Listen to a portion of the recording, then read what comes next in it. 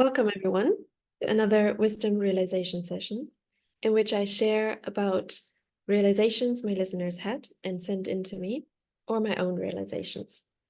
And today I'd like to talk about the loss of friendship, the loss of maybe a romantic relationship, or the loss of something that is meaningful to us, and what I realized when that happened to me.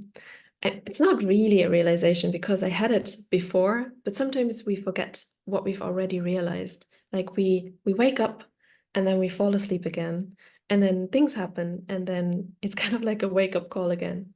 So I had those recently, and I thought, why not share it? Because it might be something you can relate to, or it might create some kind of impact or inspiration. That's really what this podcast is for, right?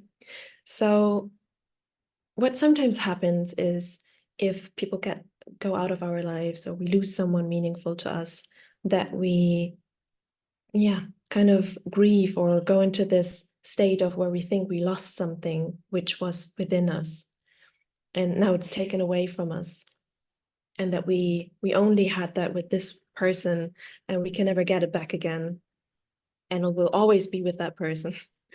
And well, I know that the love within me can never be taken away because it's always going to be there, right? But sometimes we do forget that, especially if it's recent and abrupt. And well, what happened was I went to an event. It's called Show Up, with a close friend of mine, and it's here in Barcelona. And basically, well, the person who founded it might be able to um, tell you more about it much better than I do right now. But just like in quick, it's every Wednesday you show up basically at the beach, everyone, and you come there a little bit earlier than the sunrise, and then you watch the sunrise together.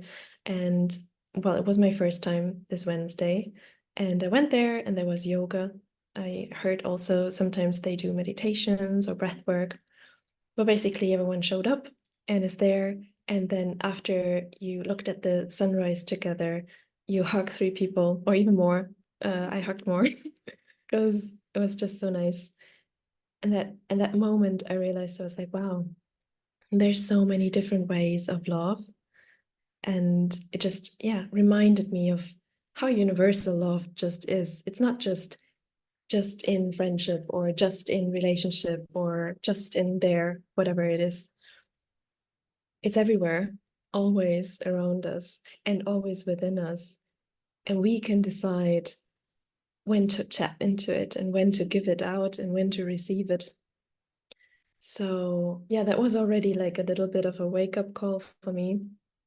And then on the same day, I think, well, another day, who knows, I went to boxing with another friend, close friend in Barcelona. And afterwards, we just walked around the harbor and we sat down where they always play music and people were dancing. And it just filled my heart because they were full of joy and they danced salsa and the great music. And yeah, it was just amazing. So again, I was thinking, wow, there's so many different ways of experiencing love and experiencing this present state and tapping into the now.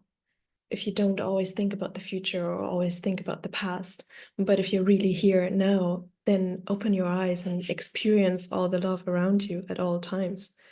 So yeah, that was just amazing. And I told that in that moment, I told my friend, I was like, oh, I'm just thinking about that right now. And it really resonated with her. So that was great.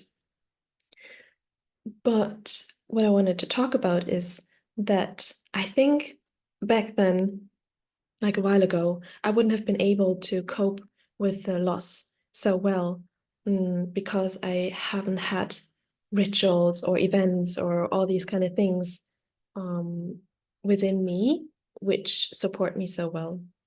So I wanted to share some things that really helped me. So, I mean, the Show Up event was amazing. And then right now I am enrolled, if you can even say that. I'm kind of member or part of a group led by Camille. and she is doing a 5-minute full of kind of practice. So it's every day you take 5 minutes, sometimes it's 10, sometimes a bit more, of a meditation or a practice of connecting heart with mind, and then journaling a little bit. And it's about experiencing the love in different ways. So yeah, that helps, of course, as well. And I'm going to link the show up, and I'm going to link her Instagram as well in this podcast episode, so you can look in your own time. But yeah, definitely recommend both of them. And then what helped me a lot, and I had to build this up, and it's based on neuroscience, but it's also based on basic conditioning. So if you ever heard of the Pavlov's dog, and I want to compare myself to a dog, but it just works really well. And for those who have never heard about it, I'm just going to break it down as quick and as easy as I can. It's basically every time they fed the dog, as like it was an experiment, they were ringing a bell. And by ringing the bell, at some point, the dog knew, okay, food is coming. So every time they gave them food, they rang a bell. And then at some point, they only rang the bell. But still, the dog knew, oh, food is coming. So saliva in his mouth came, anticipating the food. And that's conditioning. So you have like a sensory kind of, the bell, let's say, and that triggers then what comes after. So what I do, and there are 3 different things I incorporated into my world, which help me condition my mind towards a present or loving state, is first, I find love-shaped things everywhere. So it might be a heart in a stone I found on the beach, or it might be a heart shaped from a broken wall. Like sometimes when they break off a little bit, you can see, oh, it's a heart. Or someone spray painted a graffiti heart, or I find on the ground like a sticker of a heart. Like you can find so many, even a tree can be heart shaped. So many different ways of finding a heart shaped object in your world. And every time I see that, it triggers something within me and reminds me of being present and feeling the love within me. So I stop, I look at this object, the heart-shaped object, and I feel the love, and I'm in the present moment. And it's great because it can encounter you at every time, at every point of your life. And it just makes you stop immediately and tap into that, into the now, into the love. Yeah, but it takes a while. You have to kind of condition. Every time you see a heart shape, be like, oh, now I'm taking the time and tapping into it. Another thing that helps me a lot, and it's like I use it as an anchor as well as like the heart-shaped objects, is glitter. And friends who listen know, they will laugh because I'm obsessed with glitter. Because it gives me so much joy.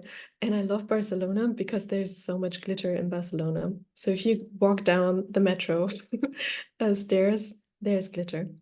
If you go into the bus on the ground, on the floor of the bus, it's glitter.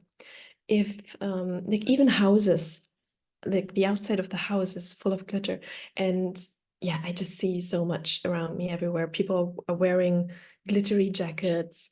They have whatever. Like you can see if you open your eyes to it, and that's also something great of your mind.